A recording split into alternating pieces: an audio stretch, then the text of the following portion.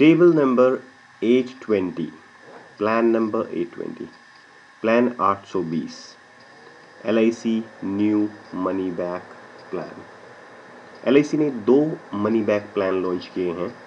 एक table number 820 जो कि 20 साल के लिए है और टेबल नंबर 821 जो कि 21 साल के लिए है। हम इन दोनों प्लानों को साइमल्टेनियसली स्टडी करेंगे। बेसिकली पहले हमारी कोशिश रहेगी कि हम इनके बारे में बेसिक इन्फॉर्मेशन लें, फिर इसके ऊपर हम कैसे इनको हम मार्केट कर सकते हैं, कैसे इनको हम बेच सकते हैं, उसके बारे में हम डिटेल में बात करेंगे। तो शुरुआत करते हैं टेबल नंबर 820 से। इसमें थोड़ा सा मैं बेसिक आइडिया आपको दे देता हूँ। यहाँ पर हमारे पास आप देखेंगे कि सबसे पहले कोई भी प्लान है तो उसके बारे में हम अगर बात करें कौन इसको ले सकता है, क्या क्या बेसिक कंडीशंस हैं, सबसे पहले वो पॉइंट हमें देखना चाहिए। तो यहाँ पर टेबल नंबर 820 के बारे में बात हो रही है। 821 की भी यही कंडीशंस हैं। थोड़ा सा हमें डिफरेंस उनमें देखना पड़ेगा कि क्या है। अगर हम बात करते हैं एज एंट्री, कौन व्यक्ति इसको ले सकता है, तो आप देख सकते हैं कि 13 साल से 50 साल के लोग इस पॉलिसी को ले सकते हैं। इसको याद कैसे रखेंगे कि 13 से 50 है? 2 चीज़ें हमें ध्यान रखने की ज़रूरत होती है। एक कि मैच्योरिटी एज। सबसे पहले ये देखिए कि मैक्सिमम मैच्योरिटी एज क्या है, 70 ईयर्स। जैसे पिछले प्लान में अगर हमने बात करी हो, अगर आपने देखा हो 815 जीवन आनंद और 814 एंडोमेंट प्लान अगर हमने देखे हैं, तो वहाँ पर मैक्सिमम मैच्योरिटी एज जो है वो है 75 ईयर्स, बट यहाँ पर 70 है। अगर हमें ये मालूम है कि जो मैच्योरिटी है मनी बैक प्लान में टेबल नंबर 820 हो या 821 हो, दोनों में ही अगर मैच्योरिटी एज 70 दी हुई है, 70 ईयर्स है, तो हम आराम से उसकी एंट्री के बारे में बातें कर सकते हैं, क्योंकि एक मनी बैक प्लान है। और मनी बैक में क्या है, किस तरह का मनी बैक है कि 5 साल के बाद एक फिक्स अमाउंट आना है। 5 साल, 10 साल, 15 साल, 20 साल। 820 तो 20 साल का है, जिसमें कि 5, 10, 15 पे जो मनी बैक आएगा, और जो 821 नंबर टेबल है वो 25 सालों का प्लान है, जिसमें कि 5 साल पे, 10 साल पे, 15 साल पे और 20 साल पे मनी बैक आएगा, और मैच्योरिटी जो होगी वो 25 सालों पे होगी। तो टेबल नंबर 821 जो है वो 25 सालों का है और 820 जो है वो 20 सालों का है। अभी थोड़ा सा यहीं से हम डिफरेंस देखेंगे। हम बात कर रहे थे कौन व्यक्ति इसको ले सकता है, किसकी एज। तो जब मैच्योरिटी हमने पढ़ी कि 70 ईयर्स होनी चाहिए, तो अगर हम यहाँ से देखें मैक्सिमम एज एंट्री अगर देखना चाहते हैं, तो आप देखिए 70 से 20 माइनस करेंगे तो 50 साल, 50। तो 50 ईयर्स की जो एज वाला व्यक्ति है, जिसकी मैक्सिमम एज 50 है, वो इसको ले सकता है। अगर यहाँ पर भी 25 टर्म माइनस करें 70 में से, तो आप देख सकते हैं कि 45, जिसकी एज 45 है मैक्सिमम ईयर्स, वो इस पॉलिसी को ले सकता है। अभी LIC में एक रूल है कि जब भी हम किसी की पॉलिसी करते हैं, तो जो पहला मनी बैक है या कोई मैच्योरिटी अमाउंट है, कुछ भी अमाउंट उस पॉलिसी होल्डर को तभी मिलेगा जब वो मेजर हो या अडल्ट हो या 18 साल पूरे कर चुका हो।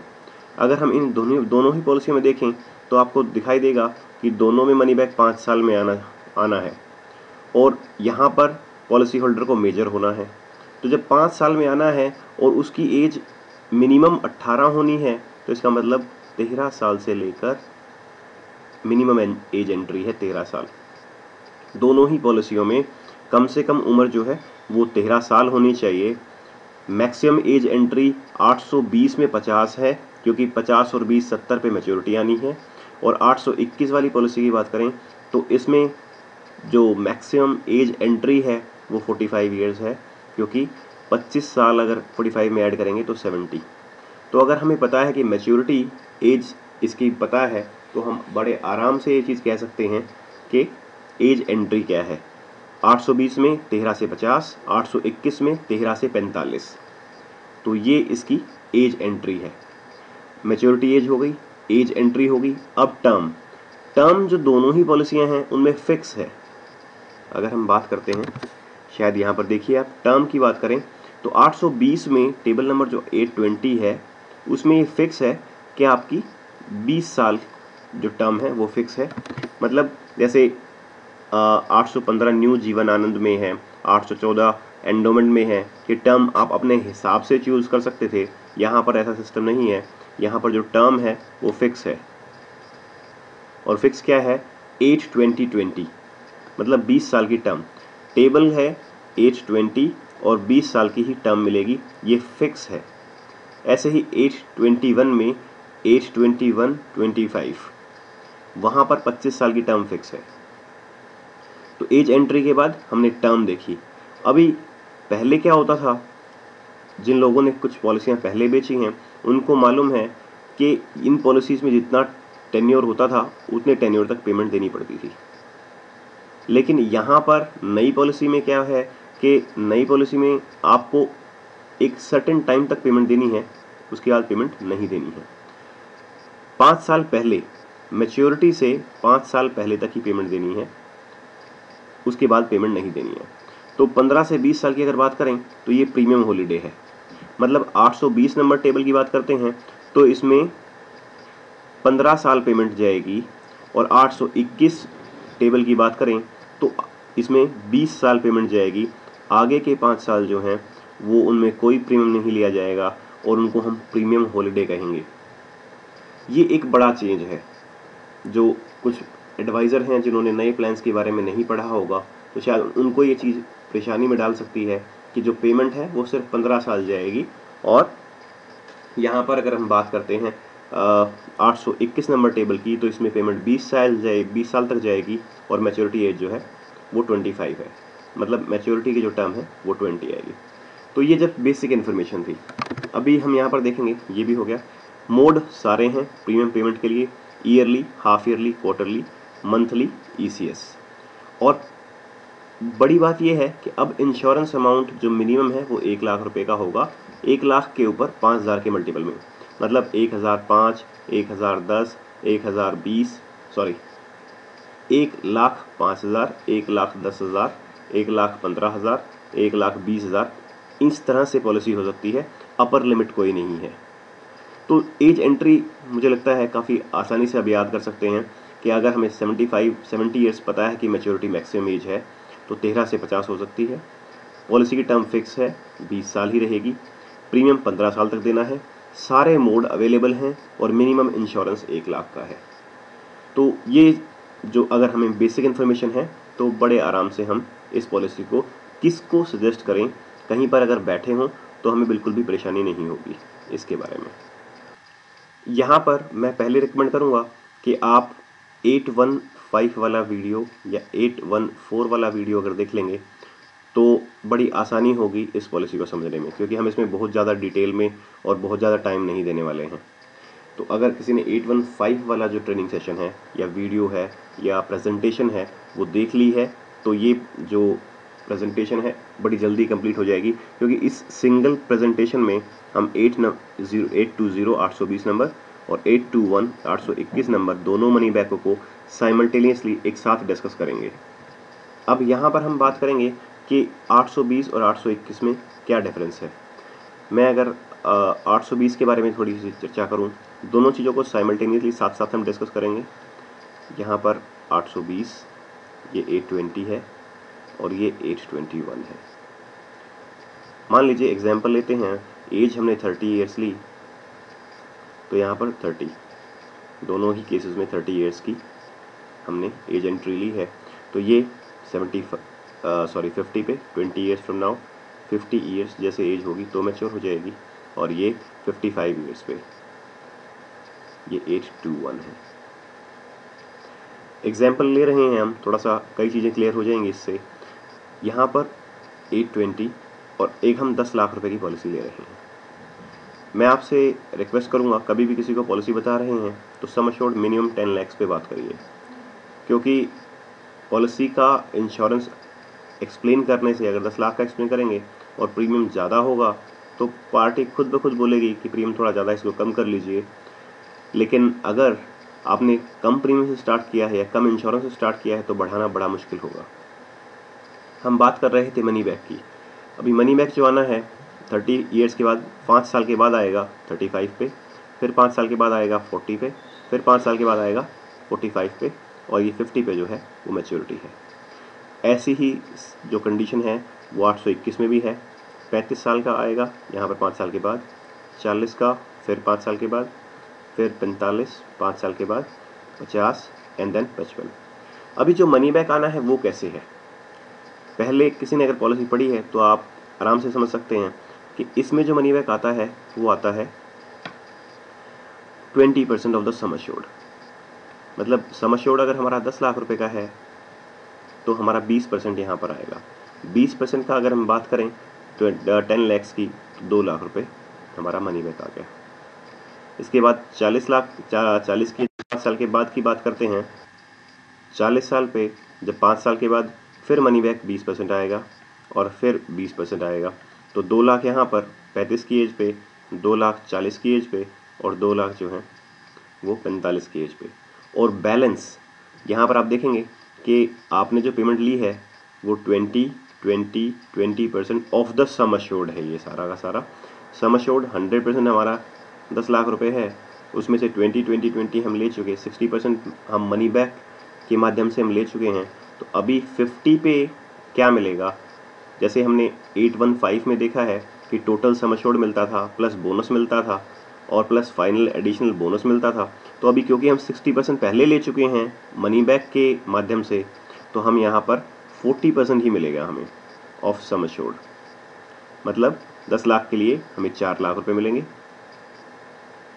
बोनस 1 साल का जो है वो अगर 45 रुपये है 1000 रुपये के ऊपर, तो हम बात कर रहे हैं यहाँ पर 10 लाख की, तो 45,000 रुपये साल का हो गया बोनस।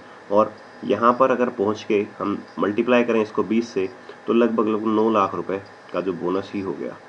क्योंकि 1 साल का बोनस 45 रुपये है, तो 1 साल का बोनस 45,000 रुपये है 10 लाख के ऊपर, तो 20 सालों का 9 लाख रुपये हो गया, प्लस फाइनल एडिशन बोनस। तो कुल मिला के अगर फाइनल एडिशन बोनस भी देखें तो अगर 200 रुपये का भी आंकड़ा ले, जैसे मैंने कहा 815 नंबर अगर वीडियो आपने देखा है, प्लान समझा है, तो फाइनल एडिशन अपने आप लगा सकते हैं। और मिनिमम 200 रुपये अगर पर 1000 ऑफ सम अश्योर्ड लूँ, क्योंकि जो फाइनल एडिशन बोनस एक ही बार ऐड होता है, तो अब देखेंगे 2 लाख रुपये ये, 9 यहाँ पर और 4 यहाँ पर, 9 और 2 11 और 4 15 लाख रुपये की जो है वो मैच्योरिटी हो जाती है। तो इस पॉलिसी में ध्यान रखने की बात यह है कि मैच्योरिटी तो हम 815 या 814 में जैसे हमने कैलकुलेट करी वैसे ही करते हैं, लेकिन उसका 60% हम पहले माइनस कर देते हैं, क्योंकि 60% जो है वो मनी बैक के माध्यम से निकल चुका है। नेक्स्ट पॉइंट है यहाँ पर हम 821 की बात करते हैं।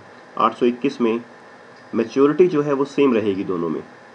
जैसे मैच्योरिटी एज मैक्सिमम 70 है, उसी तरह से मैच्योरिटी भी दोनों में सेम रहेगी। 40% of the sum assured plus bonus. यहाँ बोनस थोड़ा सा ज़्यादा होगा, क्योंकि यहाँ टर्म 20 साल की थी, यहाँ 25 साल बोनस ऐड होगा, तो कहीं ना कहीं जो बोनस है वो ज़्यादा होगा।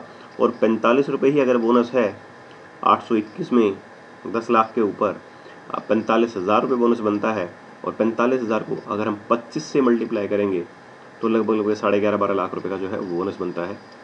और फाइनल एडिशन बोनस डेफिनेटली यहाँ पर 200 अगर 20 साल में होता है तो 25 साल में ये 400 रुपये के आसपास होगा, तो लगभग 4 लाख रुपये वो। तो अगर देखेंगे 4 और 4 8 और 12, ये लगभग 20 लाख रुपये के आसपास की मैच्योरिटी बनती है। और वो बैलेंस जो है वो मनी बैक के माध्यम से आएगा, लेकिन मनी बैक यहाँ पर 20% नहीं होगा। मैंने मैच्योरिटी कही कि 40% ऑफ द सम अश्योर्ड, तो 40% जैसे 820 में था 40%, यहाँ पर भी 40% ही मिलेगा। और बैलेंस जो है 60% जो रहा वो 4 इंस्टॉलमेंट्स में 35, 40, 45, 50 पर बराबर बराबर हिस्सों में डिवाइड होगा। मतलब 15% of the sum assured, 15% of the sum assured, 15% of the sum assured, तो 15% ऑफ द सम अश्योर्ड। तो अगर आप देखें कि 10 लाख के लिए हमें 1.5 लाख रुपए का अमाउंट यहाँ पर मिला, 1.5 लाख का अमाउंट यहाँ पर मिला, 1.5 लाख का यहाँ पर मिला, और 1.5 लाख रुपए का यहाँ पर मिला, प्लस ये मैच्योरिटी अमाउंट। हालांकि 20 साल पेमेंट करने के बाद आगे हमें पेमेंट नहीं करनी है, और 820 में 15 साल पेमेंट करने के बाद आगे हमें पेमेंट नहीं करनी है।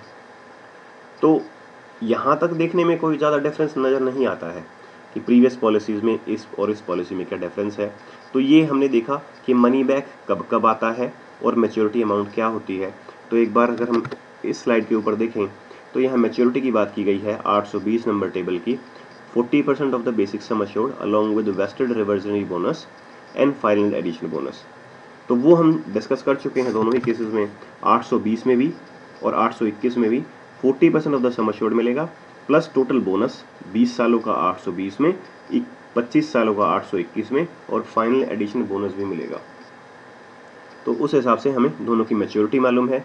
मनी बैक 20-20% 3 बार 820 में, और 821 में 15-15% 4 बार बीच में मिलेगा। अब डेथ की बात करते हैं।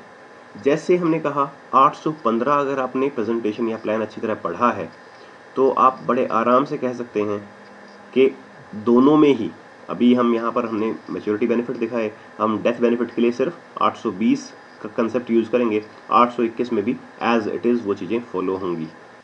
यहाँ पर हम डेथ बेनिफिट की बात करेंगे। अगेन इंश्योरेंस वही हमारा 10 लाख रुपए का है। जो भी प्रीमियम आएगा, अगर कोई मिस हैपनिंग होती है कभी भी थ्रू आउट द टर्म, 30 साल से लेकर 50 साल तक, जब तक कि 20 साल की टर्म पूरी नहीं हो जाती, कभी भी कोई मिस हैपनिंग होती है, तो यहाँ पर जैसे 815 नंबर टेबल में आपने पढ़ा है, तो ये 10 लाख रुपए के लिए वहाँ पर इसको बेसिक सम अश्योर्ड बोलते थे। तो 800 नंबर 20 में 820 और 821 मनी बैक प्लान्स में भी इसको हम बेसिक सम अश्योर्ड ही बोलेंगे। प्रीमियम हम 10 लाख रुपए के हिसाब से देखेंगे, लेकिन जो एक्सीडेंटल कवर है, डेथ का कवर है, वो 2 केसेस होते हैं, एक नॉर्मल डेथ, एक एक्सीडेंटल डेथ। नॉर्मल डेथ पे 1.25 टाइम्स ऑफ 10 लाख रुपीज़ मिलेगा, मतलब, और प्लस बोनस जितने सालों के बाद डेथ हुई है। एक्सीडेंटल में हमने ये वाला जो पेमेंट है, इसके ये बेसिक है हमारा, तो एक्सीडेंटल राइडर भी इसी के ऊपर हम लेते हैं। तो जो नेचुरल पे मिलता है वो तो है ही है, प्लस एडिशनल 10 लाख रुपए एक्सीडेंटल डेथ पे और मिलेंगे। तो कहने का मतलब है अगर नॉर्मल डेथ है तो 12.5 लाख रुपए प्लस बोनस, जितने भी सालों पॉलिसी चली है उतना, और अगर एक्सीडेंटल डेथ है तो 12.5 लाख प्लस 10 22.5 लाख रुपए प्लस जितने साल पॉलिसी चली है वो भी। तो यहाँ पर अगर आप देखेंगे तो यहाँ क्लियरली मेंशन है sum assured on death along with simple sum assured की इन्होंने डेफिनेशन अलग से दी हुई है नेक्स्ट स्लाइड में, यहाँ पर कि 125% ऑफ बेसिक सम अश्योर्ड। तो जो 10 लाख रुपए जो हमने इसके ऊपर प्रीमियम कैलकुलेट किया है, जिसके हिसाब से मनी बैक आ रहे हैं उसके 20-20% के हिसाब से, वो हमारा बेसिक सम अश्योर्ड है। लेकिन जो डेथ पे मिल रहा है ये हमारा बेसिक है। सारे मनी बैक्स जो हैं इसके परसेंटेज के हिसाब से आएंगे, 20% of basic, 20% of basic, 25% of basic. लेकिन डेथ पे सम अश्योर्ड मिलेगा, और सम अश्योर्ड बेसिक का जो है वो 1.25 गुना है या 125% है। एक्सीडेंटल राइडर अलग से हम कस्टमर को देते हैं, तो ये वाला फीचर अलग से होगा। ठीक है, अब यहाँ पर दोनों में डिफरेंस है, सेम डिफरेंस नहीं है। 820 में भी ऐसे ही है और 821 में भी। 821 में भी 1.25 गुना या 1.25 टाइम्स ऑफ 10 लैक्स। इसी तरह से 821 में एक्सीडेंटल भी जो है वो भी आपका एडिशनल 10 लाख एक्सीडेंटल बेनिफिट भी मिलेगा आपको। तो मनी बैक डिफरेंस है, सम अश्योर्ड जो डेथ पे मिल रहा है वो दोनों ही पॉलिसियों में 820 और 821 में सेम है।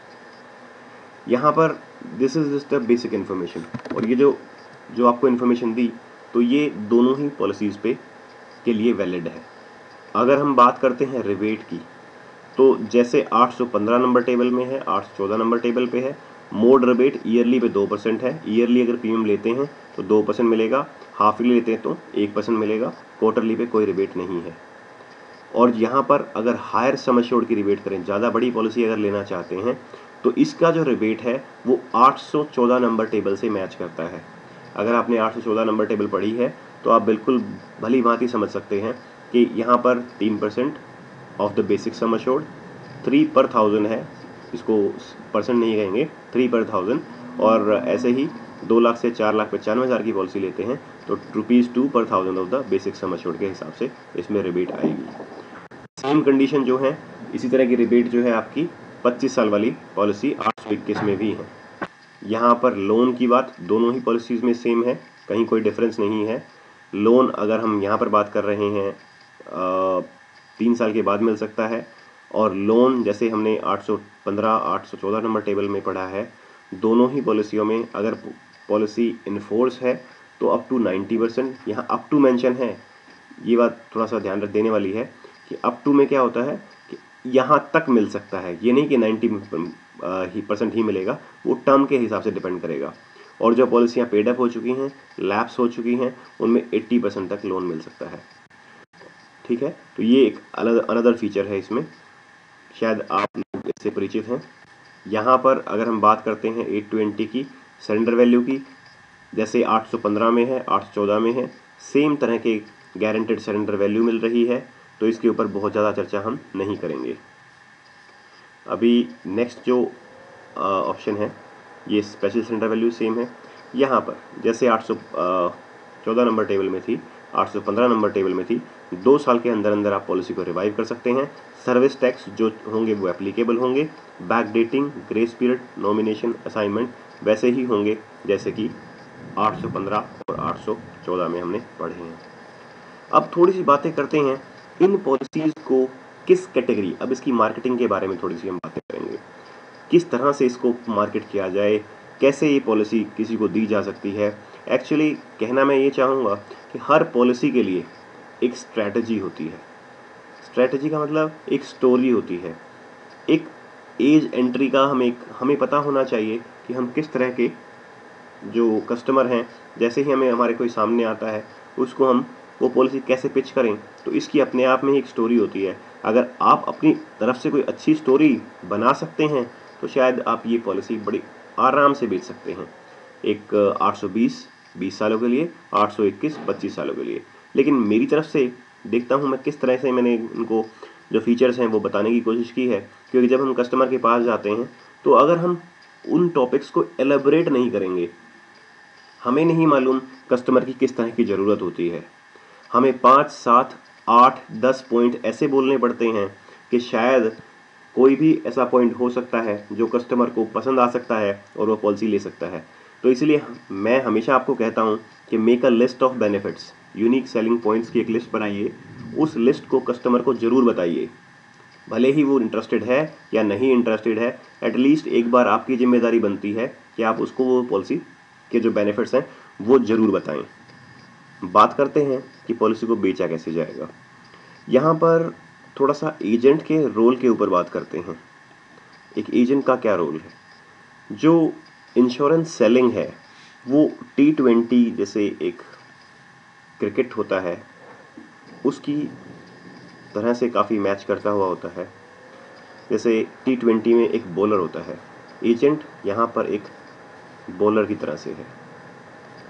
तो T20 में एक बॉलर होता है, उसको 5 या 6 जो हैं वो ओवर्स मिलते हैं उसको फेंकने के लिए, और हर ओवर में जो है 6 बॉल होती हैं, 6 बॉल्स होती हैं। तो उसी तरह से यहाँ पर एजेंट जो होता है वो बॉलर होता है, और जो हमारा क्लाइंट होता है वो कस्टमर होता है। जो कस्टमर होता है वो हमारा बैट्समैन होता है। अभी हमारा काम क्या होता है, जो एजेंट है वो बोल डालता है कि पॉलिसी ले, पॉलिसी ले, पॉलिसी ले, और वो अलग अलग बैट्समैन को बोल डालता है। तो अलग अलग क्लाइंट्स को एजेंट की रिस्पॉन्सिबिलिटी होती है कि अलग अलग क्लाइंट्स को, और T20 जैसे क्रिकेट होता है तो हमारा जो दिन है वो डेली एक नए मैच की तरह होता है। एजेंट का जो दिन है, जो डेली का एक दिन है, वो एक नए मैच की तरह होता है। उसका काम होता है कि वो रोज जाए और 5-6 कस्टमर्स को जरूर मिले, क्योंकि अगर वो मिलेगा नहीं तो पॉलिसी जो है वो बेची नहीं जा सकती है। तो उसका काम क्या है, वो 5-6 नए कस्टमर्स ओवर्स डालेगा और 5-6 नए कस्टमर से बोलेगा कि हाँ पॉलिसी ले, पॉलिसी ले, पॉलिसी ले।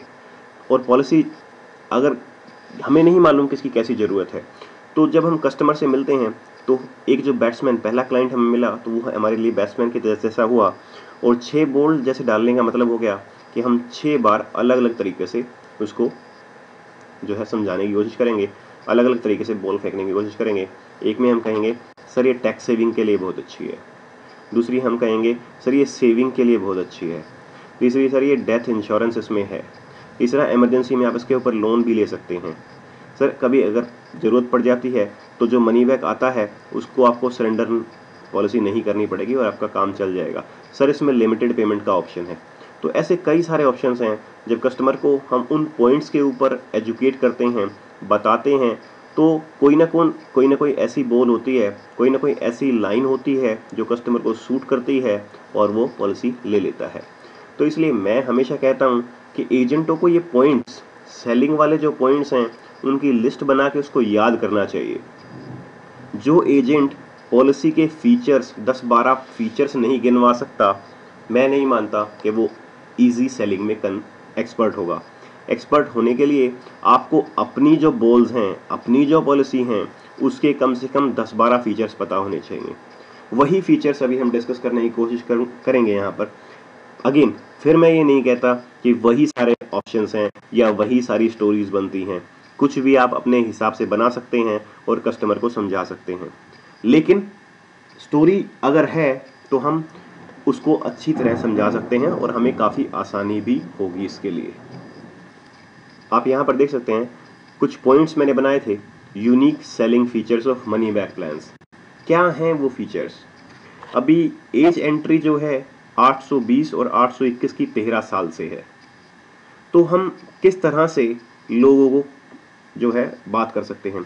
बहुत सी बार ऐसा होता है कि जब हम जाते हैं किसी के पास, तो कस्टमर के पास हम पहुंचे, हमें पहले एक रिसर्च करनी पड़ती है, उससे क्वेश्चंस पूछने पड़ते हैं, उसके बारे में पूरी इंफॉर्मेशन लेनी पड़ती है पार्टी के बारे में कि वो क्या करता है, कहाँ रहता है, किस तरह का बिजनेस है, किस तरह की इन्वेस्टमेंट की हुई है, किस तरह की पॉलिसी ली हुई है।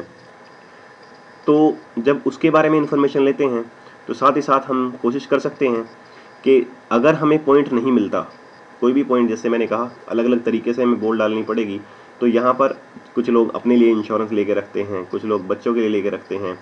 शायद एक एज ग्रुप है 13 से लेकर 17 प्लस तक, जो एज ग्रुप छूटा रहता है, जहाँ पर टीनेजर्स होते हैं। उन बच्चों के लिए इंश्योरेंस पॉलिसीज़ अवेलेबल ही नहीं है, ना तो वो चाइल्ड प्लान कैटेगरी में आते हैं, ना वो अडल्ट होते हैं। तो ये एक ग्रुप है जो हमेशा खाली रह जाता है। आप किसी के घर जा रहे हैं तो आपको ये पॉइंट भी देखना, जब इन्फॉर्मेशन ले रहे हैं और आपको पता चलता है कि बच्चे की एज 13 प्लस है और 18 से नीचे, क्योंकि 18 है तो फिर तो आप कोई प्लान दे पाएंगे, लेकिन 13 प्लस है और 18 से थोड़ी कम है, तो यहाँ पर मनी बैक प्लान सूट करते हैं। तो एज एंट्री जो हमने यहाँ पर देखी, 13 प्लस होने का फ़ायदा क्या है कि हम इस कैटेगरी को भी मनी बैक प्लान के माध्यम से टारगेट कर सकते हैं। वो कैटेगरी छूटेगी नहीं, क्योंकि 0 से 12 की जो एज है वो चाइल्ड प्लान की एज होती है और 18 प्लस में एडल्ट्स मेजर जो हैं वो सारे आ जाते हैं। पेरेंट्स ने पॉलिसी ली है नहीं ली है, लेकिन अगर हम एज की बात करते हैं तो हम ये कह सकते हैं कि सर अगर आप अपने बच्चे के लिए पॉलिसी लेते हैं जिसकी एज 13 प्लस है, 14 है, 15 है, कोई भी एज है, तो अभी से एक हैबिट जो है वो डेवलप होगी। हालांकि आज तो प्रीमियम आप भरेंगे, लेकिन अगर आप यही चीज़ उसको सिखाएंगे तो कहीं ना कहीं वो भी महसूस करेगा, बच्चा भी महसूस करेगा कि हाँ मेरे पेरेंट्स ने मेरे लिए एक पॉलिसी ली है। और होगा ये कि फ्यूचर में उसको सेविंग की एक आदत पड़ेगी, क्योंकि मैं ये कहता हूँ कि एक कंसेप्ट है यहाँ पर लॉ ऑफ कंपाउंडिंग का। लॉ ऑफ कंपाउंडिंग क्या होता है? अगर हम आज फॉर एग्जांपल एक बच्चा है 13 का, उसी के हिसाब से हम एक एग्जांपल लेते हैं, और मान लीजिए रिटायर हो रहा है 60 पे, और पैसा जो है हर 8 साल में डबल होता है।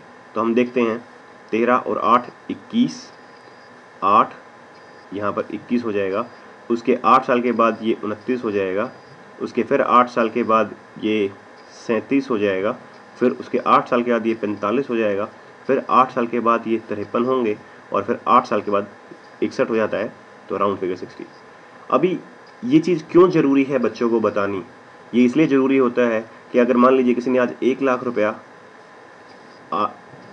FD कराई, तो अगर वो बच्चा 60 तक चला, रिटायरमेंट तक उसने पैसा नहीं विड्रॉ किया, तो क्या अमाउंट होगा?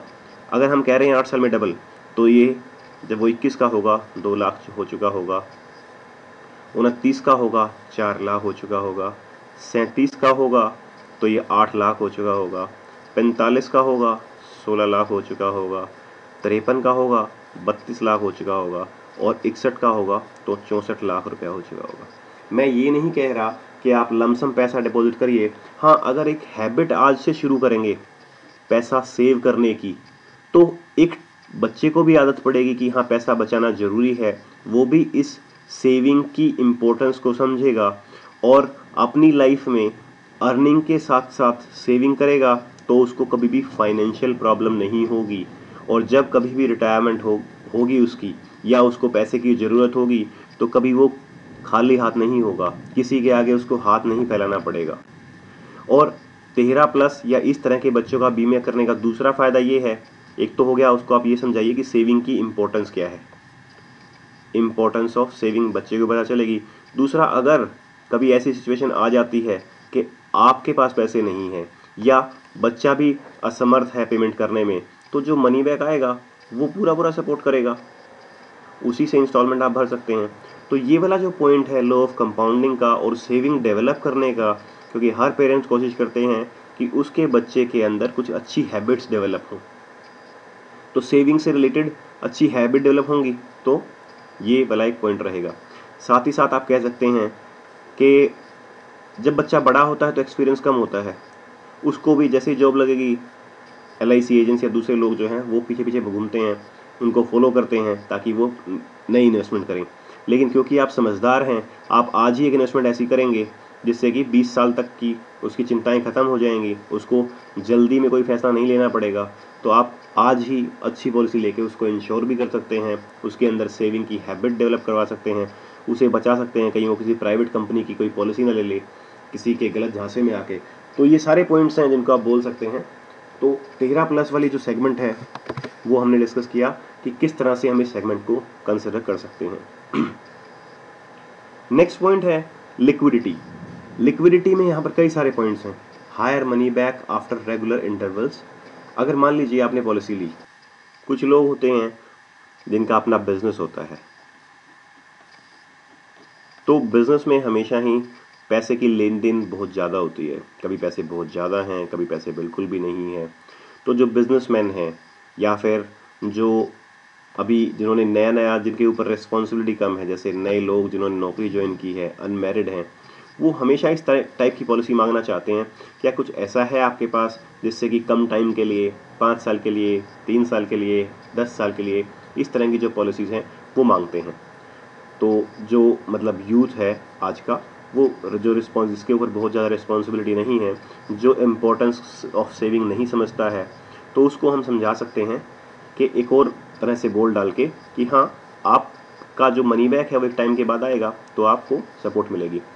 सेम स्टोरी है बिजनेसमैन के साथ कि आज आप इन्वेस्ट कर रहे हैं तो आपको ऐसा नहीं है कि आपको 20 साल के बाद ही पैसा मिलेगा, 5 साल के बाद भी।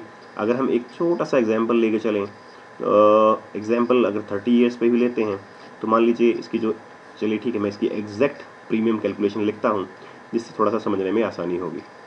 एज 30 हमने ली, 30 की एज पे अगर हम 10 लाख रुपए की पॉलिसी किसी को सजेस्ट कर रहे हैं तो जो हमारा प्रीमियम आता है वो आता है 78,058 रुपीज़ पर एनम।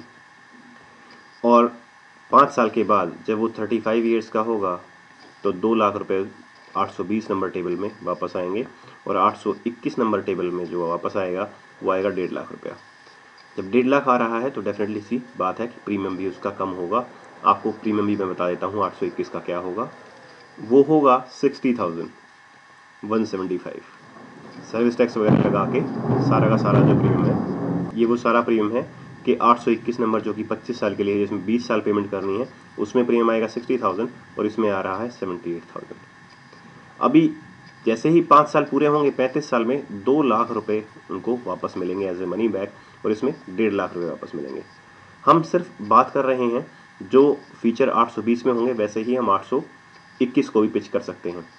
अगर इसको देखा जाए इंटू 5 किया जाए तो लगभग अप्रोक्स राउंड फिगर्स को 80 लेते हैं तो नियरली 4 लाख रुपए हमने दिए उसका 50% तो वापस ही आ गया।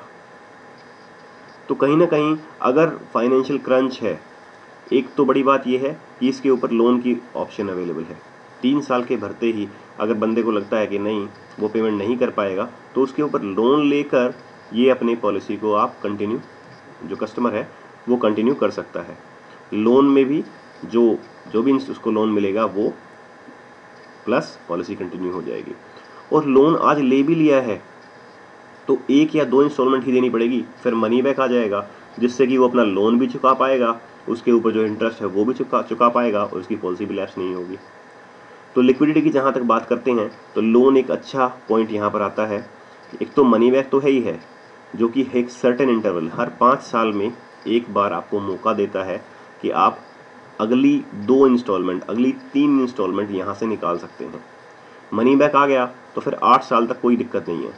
हालांकि अगला मनी बैक 10 साल के बाद आना है, लेकिन एक बार मनी बैक आ गया तो अगले 3 साल तो इसी में से निकाल सकते हैं। ज़रूरत हो तो इसको यूज़ करो, नहीं तो इसकी एफडी कराओ, इसको री इन्वेस्ट करो और अगली 2-3 इंस्टॉलमेंट यहाँ से निकलेंगी। और फिर दोबारा अगर परेशानी आती है तो फिर लोन ले लीजिए। लोन लेते हैं तो 2 इंस्टॉलमेंट जो है वो खुद लोन से भर सकते हैं, प्लस 10 साल में फिर मनी बैक आ जाएगा। तो इस जैसी जो मनी बैक जैसी पॉलिसी है शायद मिलती ही बड़ी मुश्किल से हैं।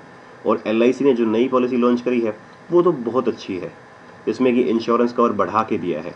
तो एक बिजनेसमैन को ये समझाने की ज़रूरत होती है कि सर आप पॉलिसी ले लीजिए, और ये पॉलिसी तो ऐसी है कि भले ही बिजनेस में फ़ायदा हो या कभी ऐसी सिचुएशन आ जाती है कि पैसे नहीं होते आपके पास, तो भी चिंता करने की ज़रूरत नहीं है। 2 साल के लिए आप लोन ले लीजिए, बाकी जो मनी बैक आएगा वो आपकी जो इंस्टॉलमेंट है वहाँ से पूरा हो जाएगा, और आपका जितना भी कर्जा जो आपने लोन वगैरह लिया होगा वो सारा पूरा हो जाएगा। लेकिन अगर आपने 5 साल में कोई कर्जा नहीं लिया तो मनी बैक आएगा। इस मनी बैक को आपको कहीं ज़रूरत है तो वहाँ खर्चिए, लेकिन अगर ज़रूरत नहीं है तो बैंक में इसको री इन्वेस्ट कर दीजिए। री इन्वेस्ट करेंगे तो अगले 3 साल की इंस्टॉलमेंट यहीं से निकल जाएगी।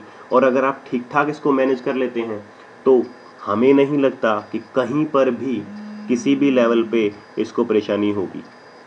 यही जो कंसेप्ट है ये हम जो नए लड़के हैं जिन्होंने नई नौकरी ज्वाइन की है, जिनके ऊपर बहुत ज़्यादा रिस्पॉन्सिबिलिटी नहीं है, उनको भी अगर यही वाला पॉइंट बताते हैं तो शायद कहीं ना कहीं उनको ये समझ में आ सकता है कि सर सेविंग तो देखो करनी ही है, जो 20 साल के बाद पैसा मिलेगा वो सारा आपका होगा, लेकिन आप एक ऐसी मनी बैक एंडोमेंट की जगह, जीवन आनंद की जगह, अगर उसको जीवन आनंद पसंद नहीं आ रही है तो ये पॉइंट हम उसको बता सकते हैं कि कोई बात नहीं, आप ये पॉलिसी ले लीजिए। अगर इसको आप सेव करेंगे तो डेफिनेटली मैच्योरिटी आपको अच्छी मिलेगी, री इन्वेस्ट करेंगे तो अच्छी मैच्योरिटी मिलेगी, लेकिन अगर री इन्वेस्ट नहीं भी करते हैं तो चिंता की ज़रूरत नहीं।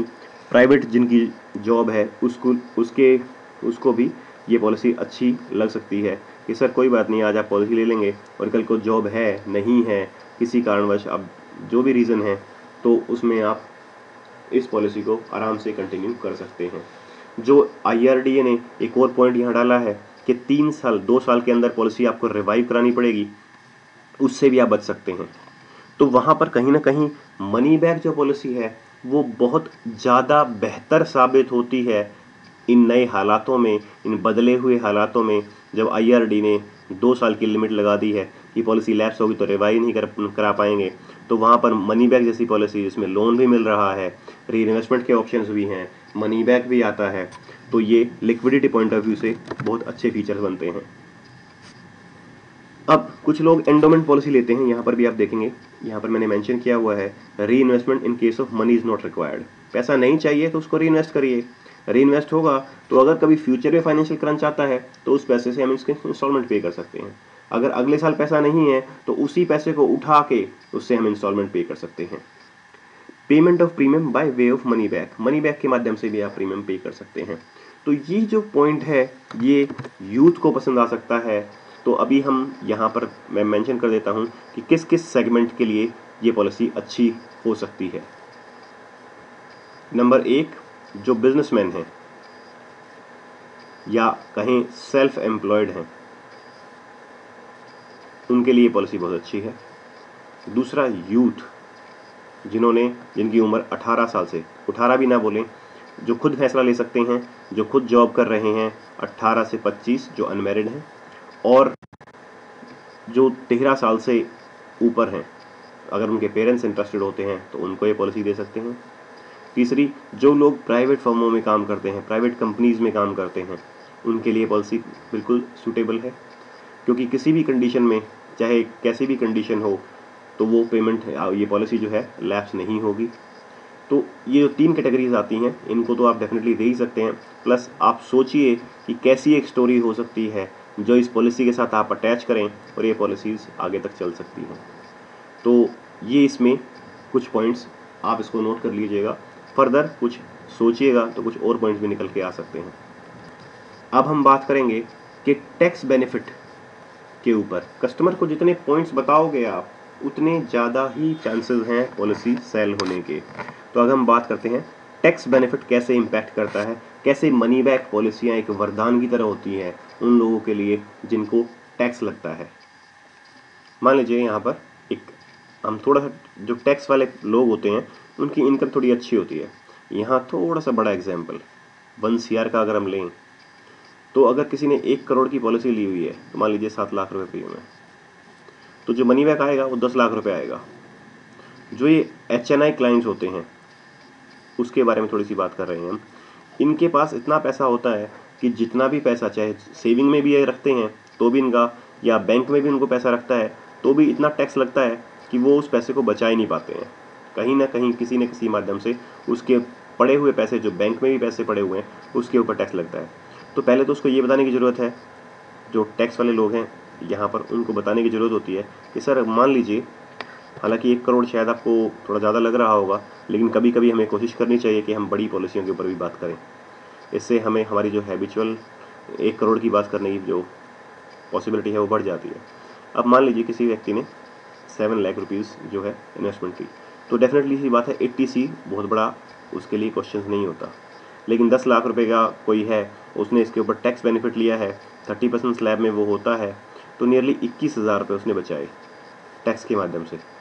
अगर मान लीजिए चाहे 1 करोड़ रुपये भी किसी के पास है, सारे पॉइंट्स मैंने जैसे कहा, पता नहीं कौन सा सूट करेगा नहीं करेगा, लेकिन बताने डिस्कस करने वाली बात है कि सर अगर 80C में आप इस पेमेंट को सेव करते हैं, चाहे 1 करोड़ की हो 7 लाख के लिए, चाहे 10 लाख की हो 70,000 के लिए, तो 21,000 रुपये।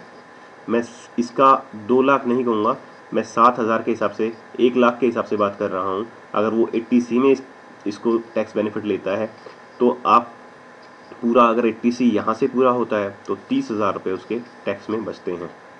आप बोलिए, बोलना ज़रूरी है। 5 सालों में उसने 1.5 लाख रुपया जो है वो टैक्स के माध्यम से बचाया। अभी अगर ये पैसा उसका FD में पड़ा होता, कुछ भी होता और उसको वापस मिलता, तो सबसे बड़ी बात होती कि इसके ऊपर TDS कटता। लेकिन जो HNI है उसको ये कहने की ज़रूरत होती है कि सर आपका 10 लाख रुपए आ रहा है, LIC इस पर कोई टैक्स नहीं काटेगी, ये पूरी तरह से टैक्स फ्री है। जो प्रीमियम हम बता रहे हैं, जो भी प्रीमियम है, चाहे 70,000 10 लाख पे है, 1 करोड़ पे 7 लाख है, 80C सेक्शन होता है, उसके माध्यम से जो भी प्रीमियम हम पे करते हैं उस पे 1 लाख की लिमिट होती है और वो 1 लाख का टैक्स बेनिफिट ले सकता है। लेकिन अगर यहाँ बात करते हैं 10 लाख की, तो 10 लाख जो आया है ये पूरी तरह से टैक्स फ्री हुआ। अगर ये HNI की भी बात करूँ मैं, मान लीजिए आज रेट ऑफ इंटरेस्ट 9% है बैंक में, एक व्यक्ति ने उसमें 10 लाख रुपए जमा कराए, FD कराई, 4 साल के बाद वो FD मैच्योर हो रही है, तो 9% के हिसाब से नहीं मिलेगा उसको, क्योंकि ये जो इनकम होती है ये उसकी इनकम में ऐड हो जाती है और इसके ऊपर उसको 30% टैक्स देना पड़ता है, तो 2.7% टैक्स हो गया। तो अगर इसमें से निकालेंगे तो 6.3% इफेक्टिव उसको मिलता है, बाकी तो सारा टैक्स में चला जाता है। तो ये चीज़ हम उनको बता सकते हैं, सर आपका पैसा तो वैसे ही बैंक में पड़ा हुआ है, अगर आप ये पॉलिसी लेते हैं तो कम से कम जो 10 लाख रुपए है इसके ऊपर तो आपको टैक्स नहीं लगा, ये सारा टैक्स फ्री है, प्लस आपका 1 करोड़ इंश्योरेंस भी चल रहा है, सॉरी 20 लाख, 20% आएगा। 20 लाख रुपया जो आया वो पूरा का पूरा टैक्स फ्री है, उसके ऊपर कोई टैक्स वैक्स नहीं लगेगा, कोई वो नहीं लगेगा। मान लीजिए अगर वो कहता कि 9% उनके लिए नहीं होता जो HNI है, उनके लिए 6-6.5% होना बहुत ज़्यादा होता है, लेकिन अगर यहाँ पर ये पैसा बच रहा है तो सारा का सारा टैक्स फ्री है। तो ऐसे लोगों को बताइए कि सर कभी भी पैसा जो वापस आ रहा है 20 लाख रुपीज़, जो 20% ऑफ 1 CR है वो वापस आएगा तो टैक्स फ्री है, और दूसरा, आपके बैंक में तो वैसे ही 1 CR 2 CR रुपीज़ पड़े हुए हैं, पड़े तो उसकी वैल्यू नहीं बढ़ती, लेकिन हाँ अगर आप एक बीमा एडिशनल करा लेते हैं तो आपका 2 CR जो 1 CR है वो डबल हो जाता है। खुदा न खास्ता कभी कोई मिसहैपनिंग होगी तो अभी बैंक में 1 करोड़ पड़ा है, और अगर मिसहैपनिंग हो जाती है तो परिवार को डबल हो के पैसा मिल रहा है। और अगर नहीं होता तो LIC भी बोनस दे रही है, तो कुछ ना कुछ घूम फिर के वो पैसा वापस ही आपके पास पहुंच रहा है। तो इस तरह से भी हम उसको गाइड कर सकते हैं। और जो मैच्योरिटी आएगी वो भी पूरी तरह से टैक्स फ्री होगी, उसके ऊपर भी कोई भी व्यक्ति जो है टैक्स नहीं काट सकता। तो टैक्स वाला जो पार्ट है वो भी कस्टमर को जरूर बताइए कि जो मैच्योरिटी है वो अंडर सेक्शन 1010D और जो प्रीमियम है वो अंडर सेक्शन 80C के तहत उस पर टैक्स रिबेट मिलती है, उस पर टैक्स डिडक्ट नहीं होता। तो वेल्थ क्रिएशन के लिए भी इस चीज़ को इस्तेमाल किया जा सकता है कि पहले ही उसके बैंक में पैसा पड़ा हुआ है और मनी बैक लेता है, तो हर साल में तो हर 5 साल में एक अच्छा खासा 20 लाख रुपए वापस आ रहा है, तो कहीं ना कहीं उसका पैसा यूज़ भी होता है, उसका इंश्योरेंस भी 1 CR का चलता है, उसके पैसे पे रिटर्न्स भी आ रहे हैं, टैक्स फ्री मैच्योरिटी भी है, सारे फीचर्स हैं, और इमरजेंसी में लोन भी ले सकता है वो, तो कहीं पर भी कोई इशू नहीं है। तो कोई अगर HNI क्लाइंट मिलता है तो उन जो पॉइंट हमने यहाँ पर डिस्कस किए वेल्थ क्रिएशन के हिसाब से, वो पॉइंट भी आप बताइए, टैक्स बेनिफिट के हिसाब से बताइए, और दूसरी चीज़ों के हिसाब से भी ये पॉइंट बताइए। और सबसे अच्छी बात है कि LIC में पैसा सेफेस्ट तरीके से इन्वेस्ट होता है, इस पॉइंट को आप इग्नोर नहीं कर सकते। LIC एक ऐसी कंपनी है जो सेफेस्ट ऑप्शन है इन्वेस्टमेंट का, इससे सेफ तो ना बैंक भी नहीं है। तो अगर बैंकिंग लॉ आपको पता है और LIC की पॉलिसी की सॉवरेन गारंटी की आपको बात पता है, तो आप पाएंगे कि LIC ऑफ इंडिया की investment are the safest investment in India. यहाँ पर नेक्स्ट है टैक्स बेनिफिट, जिसकी मैं बात कर चुका हूँ। मनी बैक जो है वो टैक्स फ्री है, टैक्स सेविंग के लिए अच्छी है, और अगर टैक्स रिटर्न्स को कंसिडर करें तो HNI जो अच्छे हायर इनकम ग्रुप है उनकी टैक्स वगैरह डिडक्ट करके आप इस पॉलिसी के रिटर्न देखेंगे तो शायद बहुत ज़्यादा अच्छे और लुक्रेटिव ये पॉलिसी रहेगी। 820 भी, और साथ ही साथ बात कर रहे हैं 821 की। डिपेंड करता है कि किस कैटेगरी के लोगों को आप पिच कर रहे हैं, तो उसके हिसाब से आप इसकी बात करिए। एक अच्छा पॉइंट है लिमिटेड पेमेंट, ये पहले कभी नहीं होता था। लिमिटेड पेमेंट का जो कंसेप्ट है उसमें क्या है, जैसे 820 में हमें 15 साल पेमेंट करनी है, 820 जो मनी बैक है उसमें हमने 15 साल ही पेमेंट करनी है, और 821 में जो हमें है, जो 25 साल की पॉलिसी है, उसे हमें 20 साल ही पेमेंट करनी है। ये अच्छी है, ये काफ़ी अच्छी पॉलिसी है। भले ही कुछ लोग जैसे 70 की मैच्योरिटी है, 70 पे कोई सी भी पॉलिसी मैच्योर हो रही है, तो हमें ऐसा होता था कि 70 तक मैच्योरिटी का मतलब होता था जो हायर एज ग्रुप है, जो 45 के आसपास 50 के आसपास के जो लोग होते थे, उनको हमेशा ही रहता था कि यार मैच्योरिटी तक इस पॉलिसी को चलाना मुश्किल होगा। लेकिन 5 साल का जो प्रीमियम हॉलीडे दिया है वो कहीं ना कहीं उस कैटेगरी के लिए भी एक अच्छी बात है, जिनके 15 साल रिटायरमेंट के हैं और पॉलिसी जो है 5 साल फ्री में चलेगी, फ्री में कवर मिलेगा। तो अगर हम कहते हैं 50 साल के व्यक्ति को लेते हैं या 45 साल के व्यक्ति को ये पॉलिसी देते हैं, और कहीं ना कहीं वो गवर्नमेंट एम्प्लॉई है या एक्टिवली वो किसी कंपनी में काम कर रहा है, तो शायद उसके लिए ये पॉलिसी काफ़ी अच्छी होगी कि 15-20 सालों तक पेमेंट देनी है, जब तक कि वो एक्टिवली जॉब पर है तब तक पेमेंट देनी है, उसके अगले 5 साल तक तो उसको इसका इंश्योरेंस कवर रहेगा और किसी तरह की कोई उसको परेशानी होगी नहीं। तो ये वाले जो पॉइंट्स हैं ये काफ़ी अच्छे हैं। कोई भी व्यक्ति जिसके पास ऐसी लिमिटेड वाली, बहुत से लोग जैसे यूथ कहता है, जो नई जनरेशन है 18 से 25 के लिए जो लोग नए काम करने निकले हैं, वो भी चाहते हैं कि पेमेंट हमें कम करनी पड़े, तो उनका ये फीचर अगर हम उसको बताते हैं तो काफ़ी अच्छा लगेगा उनको कि इसमें पेमेंट जो है वो कम टेन्योर तक करनी पड़ेगी और इंश्योर्ड रहेंगे आप एक ज़्यादा टाइम के लिए। कुछ लोग कहते हैं कि पॉलिसीज कैसी हैं, अच्छी हैं, नहीं हैं। हर पॉइंट से आप इसको देखिए, कस्टमर ओरिएंटेड हैं ये पॉलिसीज। हायर डेथ बेनिफिट का जो पार्ट है वो आप एक बार डिस्कस मैं आपको दोबारा करना चाहूँगा। एक तो LIC ने ही कह दिया है कि जो भी 10 लाख की पॉलिसी है तो उसका 1.25 गुना मिलेगा, 12.5 लाख रुपए का ये जो है इंश्योरेंस कवर मिलेगा और प्रीमियम भी कम हुआ है। अगर आप इसको पुरानी पॉलिसी जो कि 75-20 थी, 820-20 को 75-20 से कंपेयर करेंगे तो आपको पता चलेगा कि प्रीमियम तो कम हुआ ही है, लेकिन इंश्योरेंस कवर भी ज़्यादा मिल रहा है। इसके साथ साथ जो एक पॉइंट है, अगर डेथ मान लीजिए 16वें साल में होती है, 10वें साल में होती है, तो जो मनी बैक उसको मिल चुका है उसकी डिडक्शन भी नहीं होगी। अगर हम बात करते हैं बोनस की, एंडोमेंट टेबल से कैसे बेटर है ये, एक हम यहाँ पर एंडोमेंट टेबल की बात करते हैं, यहाँ पर मनी बैक की बात करते हैं। दोनों की टर्म 20-20 साल लेते हैं। कोई भी एग्जाम्पल, अगर एंडोमेंट में डेथ होती है, जीवन आनंद में डेथ होती है, तो 12.5 लाख रुपए प्लस बोनस मिलता है। मनी बैक में भी 12.5 लाख रुपए प्लस बोनस मिलता है। लेकिन अगर डेथ यहाँ पर 5 साल, 10 साल और 15 साल बीत चुके हैं और फिर डेथ होती है, तो दोनों में ही पैसा ज़्यादा मिलेगा। लेकिन कहीं ना कहीं मनी बैक पॉलिसी में मनी बैक भी ले चुके हैं आप, 2-2 लाख रुपए करके वो पैसा भी ले चुके हैं और डेथ बेनिफिट भी है। तो ऐसा नहीं है कि हर महीने में एंडोमेंट पॉलिसी ही बेटर होती है, मनी बैक पॉलिसी भी बेटर है इंश्योरेंस कवर के हिसाब से, क्योंकि आपको इंश्योरेंस तो मिल ही रहा है, साथ ही साथ जो आप मनी बैक ले गए हैं उसका डिडक्शन भी नहीं होता है। अगर 19वें साल में भी डेथ होती है तो जो जीवन आनंद में मिल रहा है, जो एंडोमेंट में मैच्योरिटी मिल रही है, वो तो होगी ही होगी, लेकिन उसके साथ जो आपने मनी बैक का अमाउंट 2-2 लाख रुपए लिया या 821-25 में आपने 4 बार मनी बैक लिया, वो मनी बैक भी डिडक्ट नहीं होगा। तो कहीं ना कहीं ये वाले फीचर्स, जैसे मैंने कहा कि एजेंट वो है, अगर एजेंट वहाँ जाके कस्टमर के पास जाके उसको बताएगा नहीं तो पॉलिसी सेल होनी मुश्किल है। लेकिन अगर आप उसको बताओगे तो एक अच्छा फीचर होगा।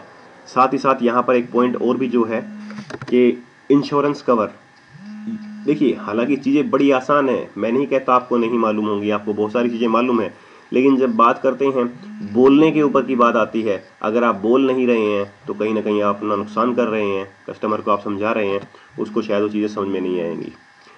एक और पॉइंट है हायर इंक्रीजिंग रिस्क कवर। सबको पता है कि अगर डेथ होती है तो सम अश्योर्ड जो कि 1.25 गुना है बेसिक सम अश्योर्ड का, प्लस बोनस इनटू ईयर्स मिलेंगे। जितने सालों की डेथ हुई उतने सालों का बोनस इसमें ऐड होगा।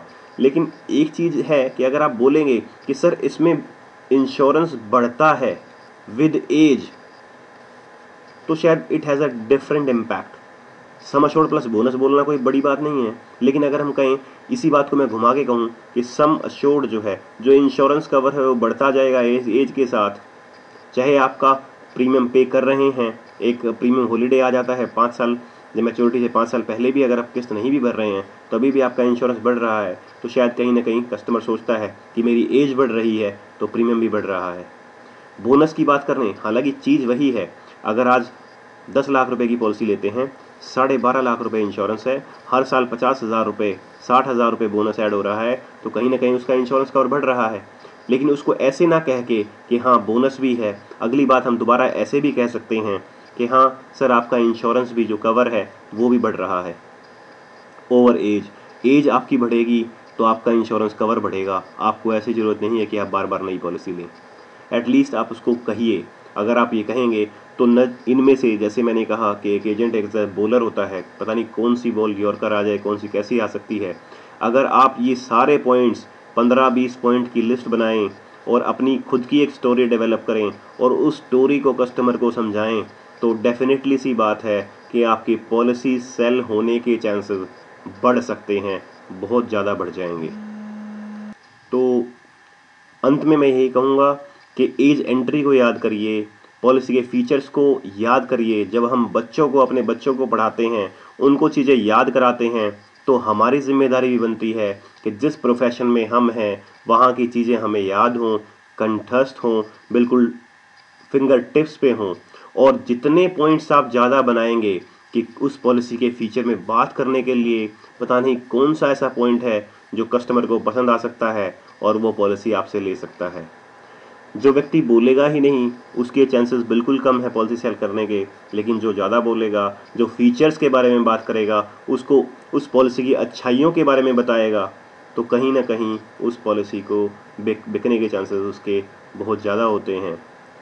तो उम्मीद है आपको ये पसंद आया होगा, लेकिन इसको देखने से पहले अगर 815 एक बार आप टेबल देख लेंगे या पढ़ लेंगे या 814 नंबर टेबल पढ़ लेंगे तो IRDA की जो नई गाइडलाइंस आई हैं उनके बाद आपको ये पॉलिसी पूरी तरह से समझ आएगी। इसमें 820 और 821 जो है वो दोनों पॉलिसियाँ एक साथ कवर हो जाती हैं। Thank you.